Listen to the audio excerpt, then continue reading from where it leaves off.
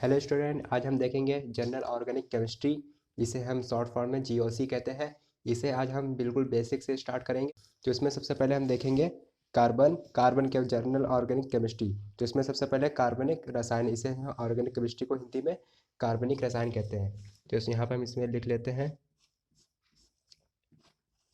कार्बनिक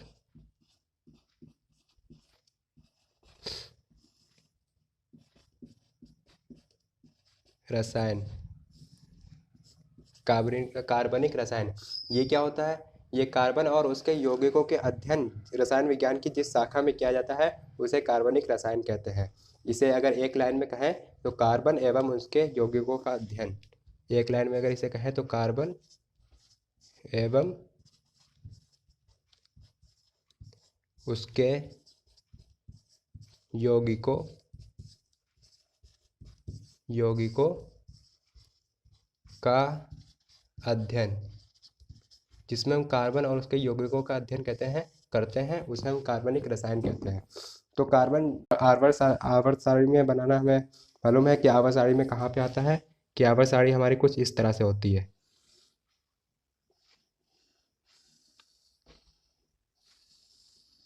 ये हमारी आवर्त सारणी इसलिए होती है, यहाँ पे होता है बोरान, फिर होता है कार्बन, फिर होता है न्यूट्रॉन, फिर होता है ऑक्सीजन, फिर होता है फ्लोरीन, फिर होता है नियॉन। हमारी आवर्त सारणी में इस तरह से ये आवर्त सारणी होती है, जिसे हम इंग्लिश में प्रोडिक्ट टेबल कहते हैं। तो इसमें कार्बन कहाँ पे होता है? हमारा इसमें कार्बन, ये हमारा कार्बन है। ये कार्बन कहाँ पे होता है? यहाँ से ये 13वां वर्ग चालू होता है, ये 13, ये 14वें वर्ग में होता है। 14वें वर्ग 14 ग्रुप 14 ग्रुप में होता है ये जो कार्बन। और कार्बन जो हमारी कौन सी आवर्त होती है?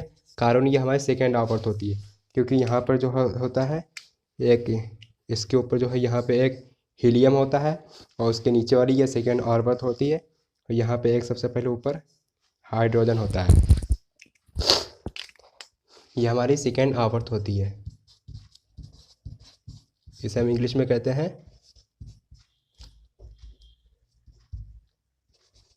Second periods. सेकेंड पीरियड में ये हमारा कार्बन आता है। तो इस कार्बन में इसका सबसे पहले देखेंगे कार्बन का परमाणु क्रमांक क्या होता है। तो सबसे पहले देखते हैं, कार्बन का परमाणु क्रमांक 6 होता है।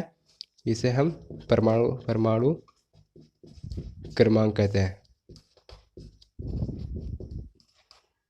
इसे हम परमाणु क्रमांक कहते हैं। कार्बन का परमाणु क्रमांक 6 होता है, जिसमें इलेक्ट्रॉनों की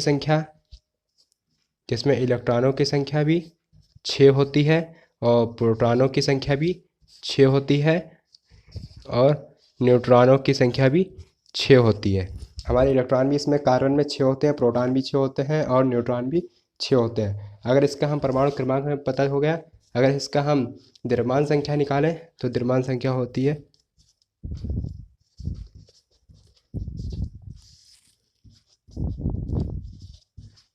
द्रव्यमान संख्या प्रोटॉनों की संख्या प्लस न्यूट्रॉनों की संख्या। इस तरह से हम इसकी द्रव्यमान संख्या ज्ञात कर सकते हैं। तो वो प्रोटॉनों की संख्या कितनी है? 6, और न्यूट्रॉनों की संख्या कितनी है? 6। ये हो गया हमारा 12। इसका कार्बन का परमाणु द्रव्यमान संख्या होती है 12 और परमाणु क्रमांक होता है 6। तो इसको हम इस तरह से भी लिखेंगे कि कार्बन है, इसका परमाणु क्रमांक 6 है, तो इसका द्रव्यमान संख्या है इसकी 12 है। और कार्बन के इसके अपरूप भी होते हैं। इसके अपरूप हम इसको यहाँ पे देखते हैं।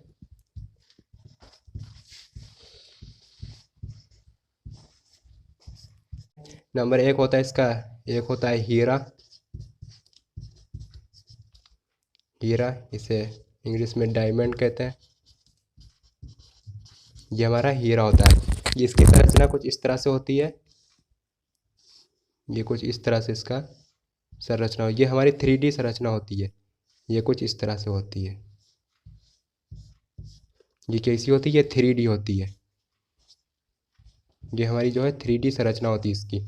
और दूसरा होता है ग्रेफाइट। ग्रेफाइट की जैसे कि हमें मालूम है कि ग्रेफाइट हम पेंसिल की नोकों में लगा होता है, पेंसिल की नोक में यूज़ करते हैं।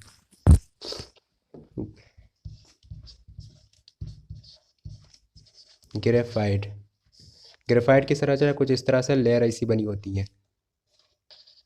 ये कुछ इस तरह से लेयर ऐसी बनी होती है।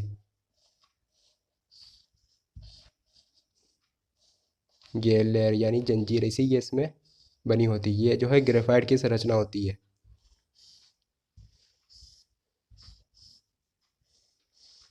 ये कुछ इस तरह से बनी होती है।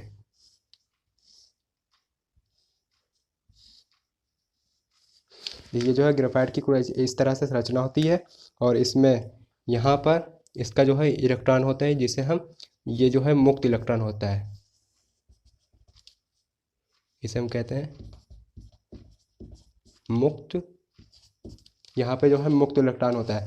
मुक्त इलेक्ट्रॉन के कारण इसमें विद्युत चालन भी होता है, जिसके कारण इसको यहाँ पे नोट कर ले रहे हैं।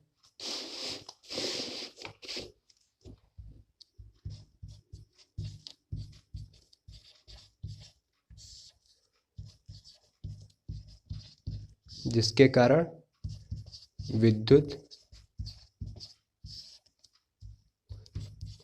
चालन होता है। ग्रेफाइट की कुछ इस तरह से रचना होती है। इसमें जो है बीच में जो है मुक्त इलेक्ट्रॉन भी होते हैं, मुक्त इलेक्ट्रॉन घूमते हैं, जिसके कारण जो है विद्युत चालन भी होता है। इसलिए जो बैटरी में जो होता है ग्रेफाइट ही लगा होता है, क्योंकि उसमें जिसे हम इलेक्ट्रोड कहते हैं वहाँ पर जो है ग्रेफाइट लगा होता है, क्योंकि ग्रेफाइट में जो है विद्युत चालन होता है। और नंबर तीसरा हम यहाँ पर देख रहे हैं, तीसरा होता है फ्लोरीन, कार्बन 60। इसकी संरचना जो है फुटबॉल की संरचना जैसी होती है, जैसी फुटबॉल होती है उसी संरचना से फ्लोरीन भी होती है। तो ये अगर हम कार्बन की इलेक्ट्रॉनिक विन्यास निकालें तो कार्बन का इलेक्ट्रॉनिक विन्यास कुछ इस तरह से होगा। इलेक्ट्रॉनिक विन्यास, कार्बन का इलेक्ट्रॉनिक विन्यास होता है, कार्बन की परमाणु संख्या है 6। इसका अगर इलेक्ट्रॉनिक विन्यास निकाले 2,4। इसके बाह्यतम कोश में इलेक्ट्रॉनों की संख्या 4 होती है। बाह्यतम कोश में इलेक्ट्रॉनों की संख्या इसमें 4 होती है। इसके इलेक्ट्रॉनिक विन्यास इस तरह से लिखेंगे 1s2 2s2 2p2। इसकी जो है इलेक्ट्रॉनिक संख्या इस तरह से लिखे जाएंगे। इसके जो है परमाणु तत्व या परमाणु स्थायी जिसमें वो होता है जिसमें जो है इलेक्ट्रॉनों की संख्या 8 होती है। इसमें जो है इलेक्ट्रॉनों की संख्या जो है केवल 4 है। तो अगर इसमें 8 इलेक्ट्रॉनों की संख्या होती तो कैसे हो सकता है? जैसे कि इसमें कार्बन का परमाणु क्रमांक 6 है, जिसमें जो है बाह्यतम कोश में इलेक्ट्रॉनों की संख्या 4 है। अगर ये 4 इलेक्ट्रॉन ग्रहण कर ले तो इसके ये 8 हो सकते हैं।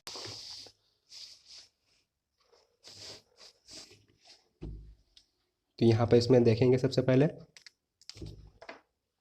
कि जब ये 4 इलेक्ट्रॉन ग्रहण करता है,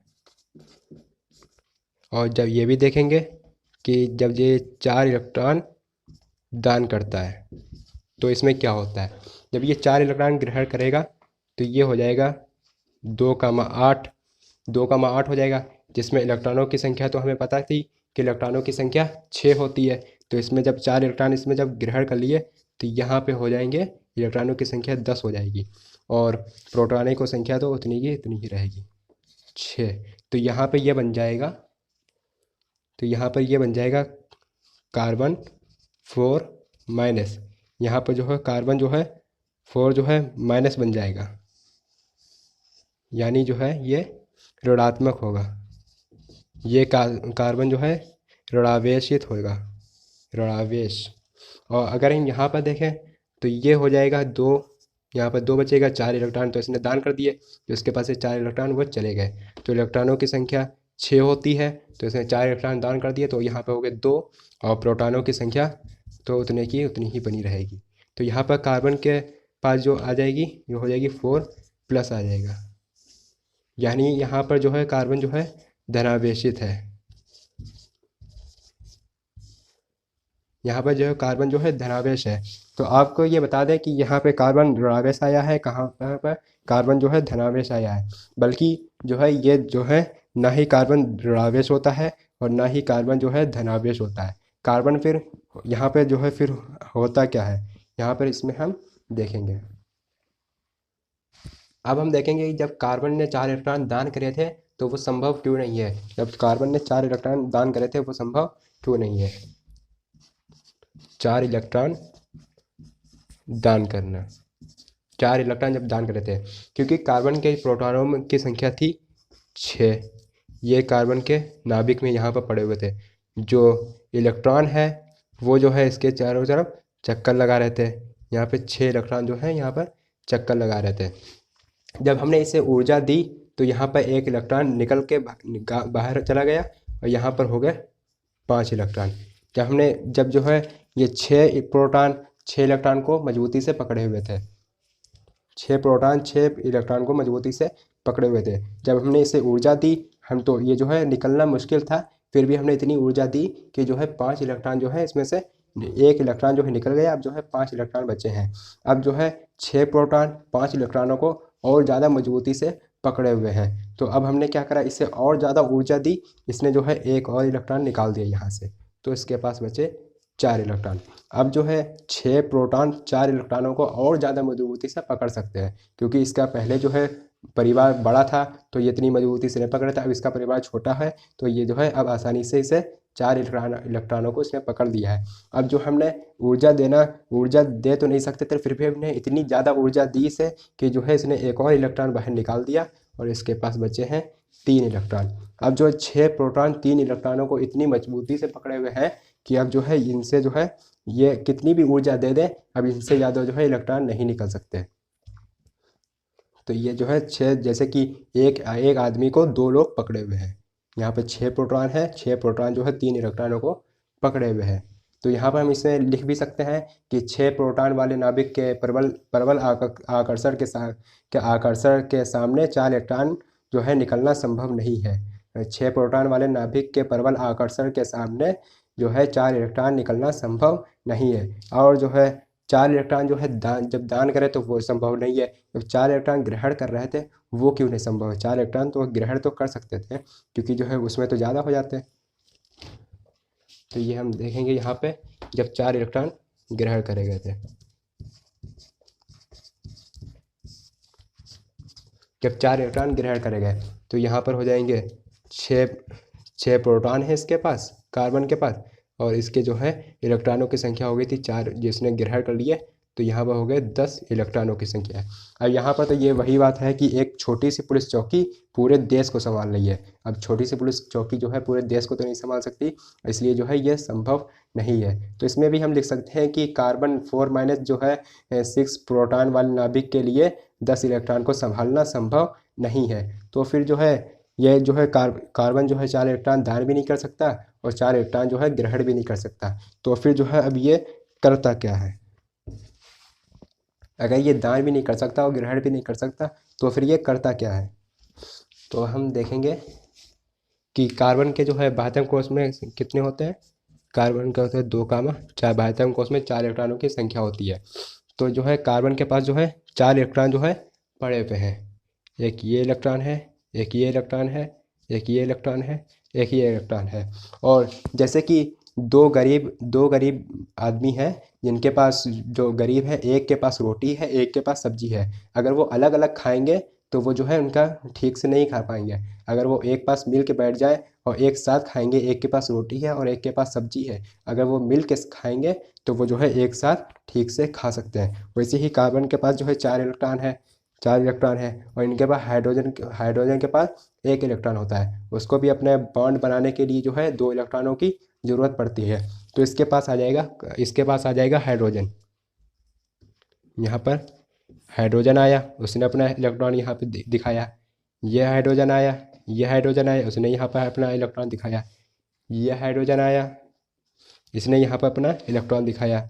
यह हाइड्रोजन आया और इसने यहाँ पर ये हाइड्रोजन आया और इसने यहाँ पर अपना इलेक्ट्रॉन दिखाया। अब जो है यहाँ पर जो है इलेक्ट्रॉन जो है इसे कहते हैं साझित इलेक्ट्रॉन।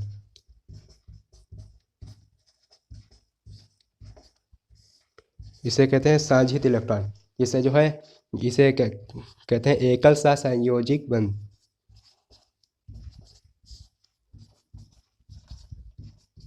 एकल सहसंयोजी बंध यानी बॉन्ड।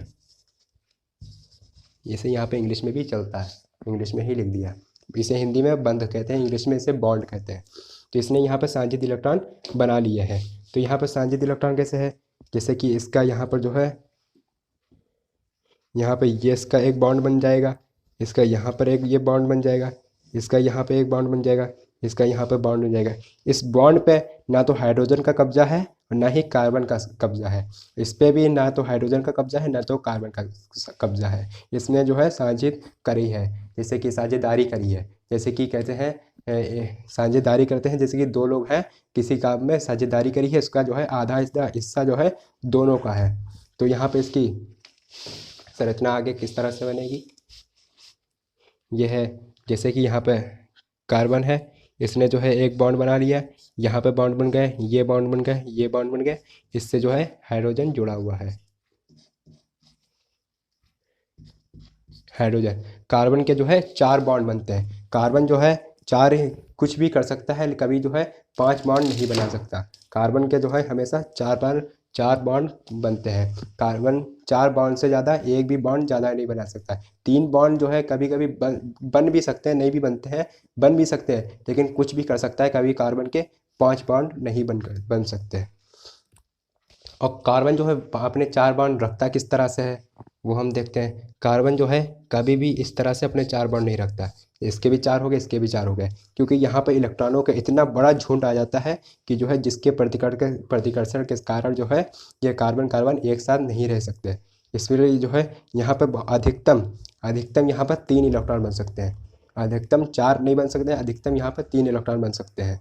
और जैसे कि कार्बन के बीच 2 इलेक्ट्रॉन बन सकते हैं, कार्बन कार्बन के बीच एक बंध बन सकता है, यहाँ पे कार्बन कार्बन के बीच एकल बंध बन सकता है, कार्बन कार्बन के बीच डबल बंध बन सकता है, और कार्बन कार्बन के बीच ट्रिपल बंध बन सकता है। यहाँ पर इसके 3 इलेक्ट्रॉन हो गए, 1 2 3, 3 बॉन्ड हो गए। इसने एक बॉन्ड यहाँ पे बना लिया, 1 2 3 इसके 3 है, एक बॉन्ड यहाँ पे बना दिया। इस कार्बन के 1 2 बॉन्ड यहाँ पे बन गए, तो इसने एक यहाँ पे बना लिया, और इसने 1 2 इसके 2 बॉन्ड हो गए, एक इसने यहाँ पर बना लिया। इसका यहाँ पर एक बॉन्ड है तो ये इस तरह से बना लेगा, 1 2 3 4 हो गए। एक इसका यहाँ पर बना हुआ है, 2 3 4। इसके जो है यहाँ पर सब में हाइड्रोजन जुड़ा हुआ है, यहाँ पर हाइड्रोजन इस तरह से जुड़े हुए हैं।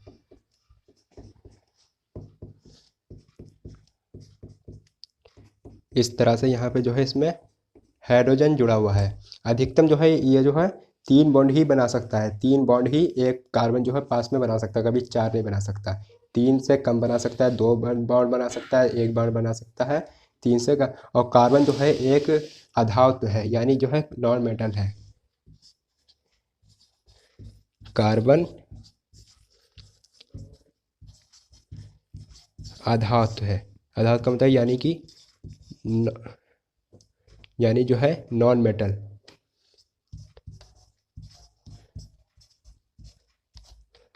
कार्बन जो है एक नॉन मेटल है, अधातु है। तो बस स्टूडेंट आज के लिए बस इतना ही।